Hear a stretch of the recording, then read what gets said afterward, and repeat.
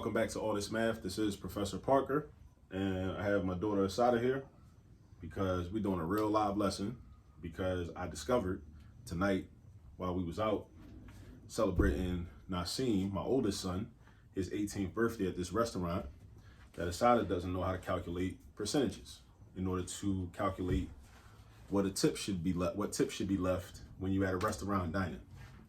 So I said, all right, you know what? We're gonna do a video about this. So not only will you learn how to do this, but anybody that's watching this video on the All This Math YouTube channel, hopefully you're subscribed, they too will also learn how to do this. All right? And it's a lot of ways to do this, but we're not gonna do it like the algebraic way where you set up an equation and write out the equation and solve for x. We're not gonna set up a proportion where you solve for the proportional equation using the Malcolm X method. We're not gonna do that neither. We're going to use a method that I call benchmark percentages. So essentially this is what happened, right? You know you need to pay attention. So stop practicing dance moves and, you know what I mean? Pay attention. All right, so we went out to eat. It was me, Nasim, and Assata, right? And the subtotal, and I don't count the final total. And that's something that my Aunt Lynn, shout out to my Aunt Lynn, she taught me a long time ago. She calculates her tip based upon the subtotal. She doesn't tip based on tax. So she takes that out. So I rock with that, you know? Plus, if you provide a good service, you're gonna get your money anyway. You know what I mean? That, you know, the percentage off that tax is not gonna mean that much. So our subtotal was, read the subtotal to the people. Subtotal, boom. $134.92. Okay, the subtotal was $134.92. You know, that's not bad for three people. You know what I mean? Plus, Assata had to get dessert, all hype. You know what I mean? Trying to get big, huge piece of chocolate cake and all that. So, 130. What are you talking about? Of course, it wasn't even your birthday. He got his dessert too. He was supposed to. It's his birthday. Anyway. He got a special one. And his dessert was free because I told the people it was his birthday. Anyway. So, all right, so 134.92. So, I'm going to be writing some things down on the board, but when you actually in the restaurant, the goal is for you to be able to utilize mental math to figure these things out. So, we start out, our subtotal is 134.92. Now, Assata, if you had to round that up to the nearest dollar, what would you round that to? You know how to round, right? Did I teach you how to round? Yes. All right. Yes. So, what do you round this to the nearest dollar? 5. So, what should this dollar amount be? 135. $135. So we're going to round this up to $135, make things simple. All right, so we round it up to $135. Now, if we want to leave a 20% tip, 20%, right? 20% is a fraction, right? So imagine we took this 135. This 135 represents 100%, and we want to figure out a piece of this 135 that is worth 20%, which is equivalent to 1/5. So it's also important to understand fractions, because if you understand fractions and what they mean, then that'll mean percentages will be that much easier. All right, so make sure you understand fractions. We probably got to do some work on fractions too. So, but think this, right?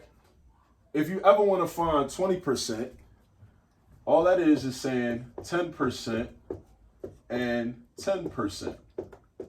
And if you ever want to find 10% of any number, all you do is take the decimal point and move it one place to the left. One place to the left. One place to the left. Like Beyonce, to the left, all that old song she had. One place to the left, right? So you might say, oh, 135, but I don't see no decimal point.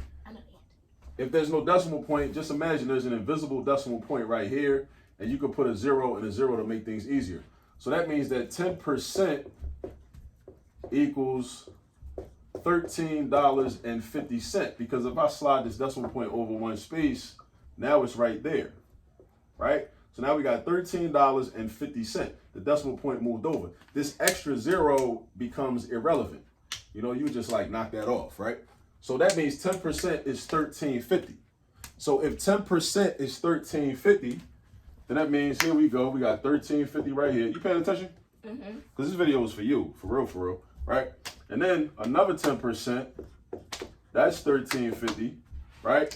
So 10 plus 10 is 20. So that means that since 1350 represents 10%, that means I can add these 1350s together. So Assata, what's 1350 plus 1350? $27. $27. And how did you figure that out? 10 plus 10 equals 20. 3 plus 3 equals 6. And those are both 50 cents. So that would equal up to $1. So then you add that to the $6 and the 26, and you get $27. Right. So what she did, she broke these down into $10, $3.50, $10, $3.50. 10 and 10 gives you 20. 3 and 3 gives you 6. 50 cent and 50 cent gives you 1.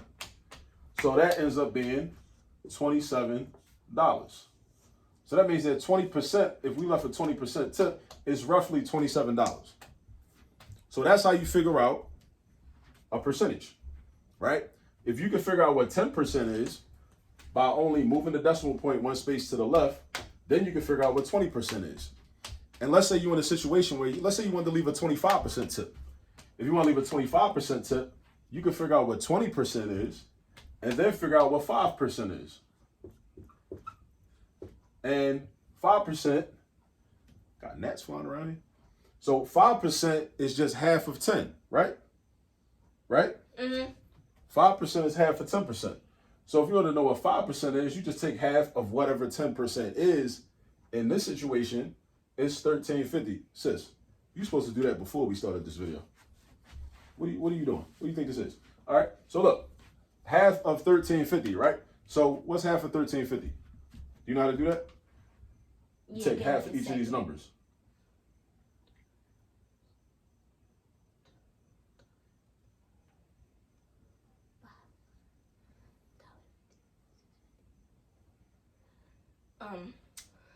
$6.75. Right. And I think this is what she did.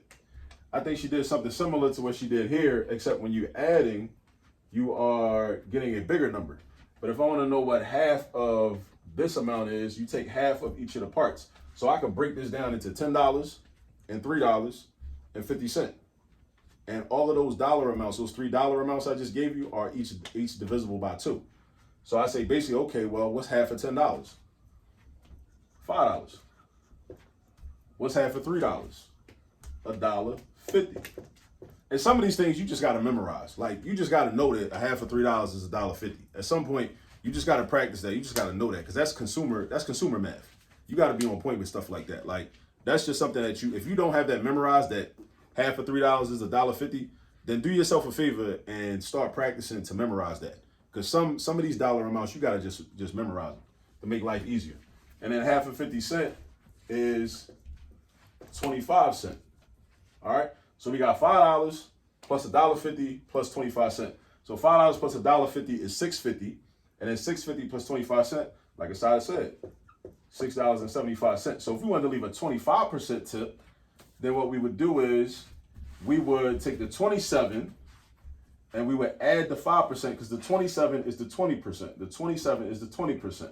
So a 25% tip is a 20% plus a 5%. A 20% plus a 5%. So the 20% would be 27. The 5% would be 675. This is not that hard, right? If you're watching this video and you've never seen this explained before, it might seem like it's hard. It might seem like it's difficult. But I'm trying to tell you, a lot of stuff in math seems real difficult the first time you ever see it. But if you practice it on your own, the second time it's going to be easier. The third time is even easier. The fourth time, easier and easier. And every time you do it, it's going to get easier until you develop the muscle memory to know how to do it. Like I said, if you've never seen this before, you might be overwhelmed. You might feel overwhelmed right now. That's normal. Don't let that discourage you. That's normal. You know what I'm saying? So, look, you got your 20%, and if we wanted 25%, we would just do 20% plus the 5%. So we'd be doing 27 plus 675. And then you got to know how to do addition. So if I'm adding 27 plus 675, I'm doing 27 plus 6. What's 27 plus 6? You stalling. What's 27 plus 6? 36. No, it's not. Yes. Hold on. 27 plus 6 is 36? 27 plus 6. Yeah. I'm at 33. 27 plus 9 is 36.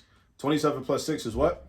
33. 33, right? So 27 plus 6 would be 33. And then you add the 75 cents.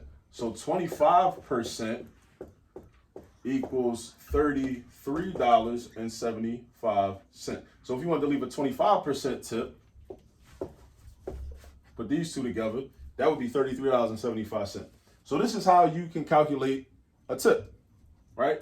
You can also calculate sales tax this way. If you know the sales tax rate for your state or your city or your political subdivision or what have you, you can just figure out the percentages. So you know, again, as a recap, if you ever want to figure out 10% of any number, it don't matter what the number is. Like, there's not a different rule for different types of numbers.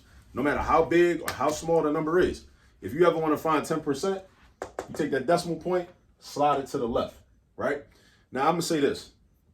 Let me add this to this conversation, because there's a curriculum, Eureka Math, that some of you watching this might use. And Eureka Math has this philosophy where they don't want you moving decimal points. What they want you to do is move the numbers. They want you to keep the decimal point in the same space. So what they would tell you to do is leave the decimal point there in the same place and then move the numbers to the right, which has the same effect. You still end up with 13.50, which is 1350. But just understand, like, so I don't want you to be confused, because if you're a parent watching this and your child uses Eureka Math, they're going to tell them, well, nah, your teacher might go hard and be like, no, don't move the decimal point, move the numbers. But understand, if you move the numbers, you're moving the numbers to the right. But I'm from the old school where we used to move the decimal point. My teachers always taught me move the decimal point to the left. But just understand there are different ways to do it. You still get the right answer, but I just want you to be aware of that. So in order to find 10%, the way I do it, I slide the decimal point to the left one space. Now, what if, remember I was telling you this? What if we want to find what 1% is? Because what if you wanted to leave a 26% tip? If you wanted to leave a 26% tip, that would be 20% plus 5% plus 1%, right? The way you find 1% of any number is you take the decimal point and move it 2 spaces to the left, 2 spaces to the left, 2 spaces to the left. So 1% move 2 spaces to the left, 10% move 1 space to the left. For 10%, move 1 space to the left. For 1%, did I just say that right? For 1%, move it 2 spaces to the left, right? And of course, 5% is just half of 10%. If you was trying to leave a 30% tip, if you was trying to, really impress, you was really impressed with the service, you could find 10% and just multiply that by 3 instead of doing the 10% plus the 10%. So it's a lot of different things, you know what I'm saying? But it'll start to make sense. You could just, get creative with this. But once you know how to find 10% of any number, that's going to change your life. And once you know how to find 1% of any number, that's going to change things too. And then you recognize the relationships between the different percentage amounts. Like, I know 5% is half of 10%. So once I find 10%, I take that amount, I cut it in half. I know 20% is double of 10%. So I take the 10% and I double that. Or if I want to do 25%, I find 20 and then I find 5.